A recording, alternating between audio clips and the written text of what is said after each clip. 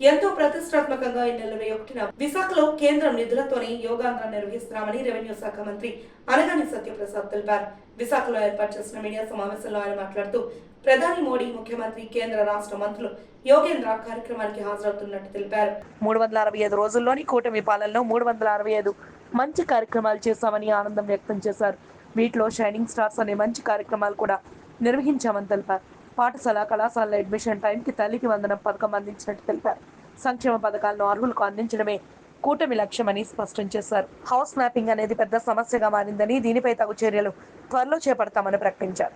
కేంద్ర నిధులతోనే యోగాంధ్ర నిర్వహిస్తున్నారని, కూటమి ప్రభుత్వం సహాయ సహకారాలు అందిస్తున్నట్టు తెలిపారు. మాజీ ముఖ్యమంత్రి జగన్మోహన్ రెడ్డి సవరాజకీయాలు చేస్తున్నారని విమర్శించారు. నిర్బంధ రాజకీయాలకు చిరునామాగా వైసీపీ పాలనలో అందరూ చూశారని తెలిపారు.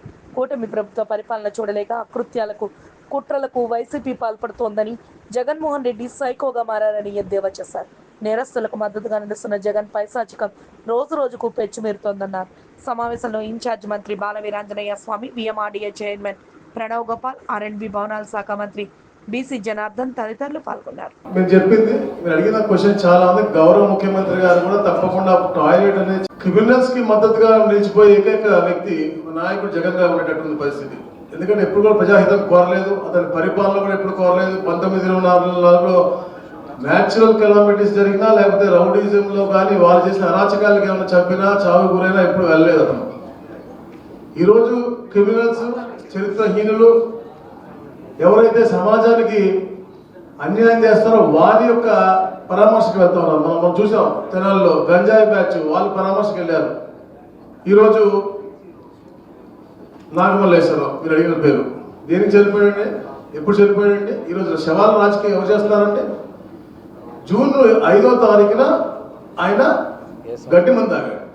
ఎందుకు తాగారండి? జూన్ 4న రిజల్ట్ వస్తే డబ్బులు పోయినాయి కాబట్టి. వాళ్ళ కుటుంబ సభ్యులు చెప్పిన మాట, మేము చెప్పిన మాట కాదు, మీరు అడిగిన మాట కాదు, అది వాళ్ళ తమ్ముడు చెప్పిన మాట. అది బెట్టింగ్ లో డబ్బులు మొత్తం పోగొట్టుకుని రోడ్డు మీద పడ్డాడు, అందుకు అతను గడ్డి మంది తాగాడు. దాని తర్వాత చికిత్స నిమిత్తం పెట్టి జూన్ 9న చనిపోయాడు. ఇది పోయిన సంవత్సరం జూన్ 9, ఈ సంవత్సరం కాదు. అంటే అప్పటికి మా ప్రభుత్వం ఇంకా ఏర్పాటు కాలేదు. 12వ తారీఖు మేము ప్రమాణ స్వీకారం చేసాం, మీ ముగ్గురు కూడా గౌరవ ముఖ్యమంత్రి గారితో పాటు. అంటే మా ప్రభుత్వం రాకముందు చనిపోయిన మనిషికి ఈ రోజు మీరు చనిపోయిన కారణం కూడా ఏదో ప్రజాహితం కోసమో యుద్ధం కోసమో పోయి చనిపోయిన మనిషి కాదు. అతను స్వార్థంతో 5 సంవత్సరాల వాళ్ళ పరిపాలనలో అరాచకాలు చేసి ఆ గ్రామంలో భయభ్రాంతులు చేసినటువంటి వ్యక్తి. అతనికి సంవత్సరం తర్వాత ఏదో ఒక వంకతో విగ్రహం పెట్టి దాన్ని తీసుకెళ్లి ఈరోజు కూడా అరాచకాలు. పేద మనిషి అంటే 10 కార్లకు పర్మిషన్ ఇచ్చాం మేము, వాళ్ళలాగా ఎక్కడ కూడా తాళ్ళు కట్టలేదు, వెళ్ళదని మేము చెప్పలేదు. ఇదే విశాఖపట్నం నేను కూడా వచ్చాను. ఎయిర్పోర్ట్ బయటకు ప్రజా చైతన్య యాత్రకి నేను, ముఖ్యమంత్రి అప్పుడు మాజీ ముఖ్యమంత్రి గారు చంద్రబాబు నాయుడు గారు, నేను కూడా ఉన్న రోజు మమ్మల్ని విశాఖపట్నం ఎయిర్పోర్ట్ నుంచి బయటకు రానిలేదు. వచ్చి కూర్చుని అడ్డుగా కూర్చుని రాళ్ళు వేసారు, చెప్పులు వేసారు నా మీద. మేము అలా ఎవరు ఆపలేదు. ప్రజాహితం కోరి చేసుకుంటే పర్లేదు, కానీ ఇట్లా అన్యాయంగా దేశానికి ఇచ్చేసేవారు. చెప్పే కదా, ఎలక తోకం తీసుకొచ్చి ఎంత తోమినా కూడా అది నల్లగినట్టు తెల్లగా అవ్వదు. అట్లా ఇతను ఎంత చెప్పినా కూడా ఇతను మారడు. ఇలాంటి వ్యతిరేకుల్ని మనం చూసాం. ఆ రోజు అతనే హెలికాప్టర్ మీద రాయేసుకుని క్రాక్ ఇచ్చి ఒక సీన్ చేశాడు. పొదల్లో నీవు 5 సంవత్సరాలు ఒకే ఒకసారి మార్కెట్ ద్వారా నువ్వు కొన్నావు తప్ప ఇప్పుడు కూడా బాగా కొనలేదు. మేము ప్రతి దానికి కూడా రెమెడీ, ఇంక్లూడింగ్ మేము మ్యాంగోస్ కూడా మేము చేస్తున్నాం. ఇప్పుడు మేము బ్రహ్మాండంగా చేస్తూ ఉంటే నువ్వు కావాలని నువ్వు మనుషులు తీసుకెళ్ళి పొగాకు పేర్లను నువ్వు తొక్కిచ్చావు. ఇప్పుడు కూడా ఎవరికి అన్యాయం జరగదు, రైతు అనేవాడు సుభిక్షంగా ఉండాలనేది ఎప్పుడు మనం కోరుతూ ఉంటాం. అక్కడ కూడా చేసాం. అంటే ఇట్లాంటి కుట్ర కోణాలతో కేవలం ఎవరైతే ఉగ్రవాదం ఉంటుందో, మన తీవ్రవాదంలో ఉంటాం, లష్కర్ తోబాలు అన్నీ ఉంటాయి, ఆ టైప్లో ఒక ఉగ్రవాదం తీవ్రవాదం తీసుకొస్తున్నాడు తప్ప, ఉన్మాతనం ఉంది తప్ప, ఆ సైకో అనే పేరు పర్ఫెక్ట్గా సెట్ అయింది. సైకో ఉగ్రవాదం అనేది ఆయన పార్టీకి సరిపోయింది.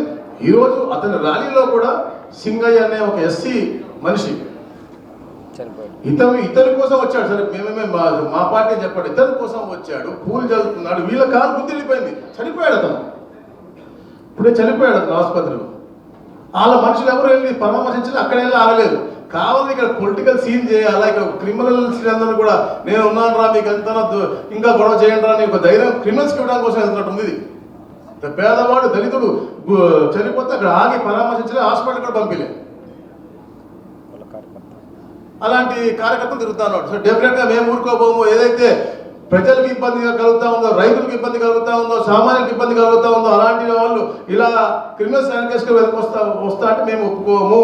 తప్పకుండా దీన్ని మేము క్రమబద్ధీకరిస్తాం. మేమే వాళ్ళగా మళ్ళీ చెప్తాం, తాళ్ళు కట్టం ఆపం. కానీ ఏదైతే రూల్స్ ఉంటుందో ఆ రూల్స్ ప్రకారం వెళ్ళాలి, చేసుకుని రావాలి ప్రోగ్రామ్. మేము ప్రోగ్రామ్స్ వ్యతిరేకం కాదు. మేము గుళ్ళకి రామతీర్థం వస్తా అంటే మీరు ఆపారు, తిరుపతి వెళ్తే ఆపారు, మేము ప్రజా చరిత్ర యాత్ర వచ్చాం, మేము అట్లా ఆపాం. కానీ అన్యాయం జరిగితే ఊరుకునే ప్రసక్తే లేదు. తల్లికి వందనం సంబంధించిన అంశంలో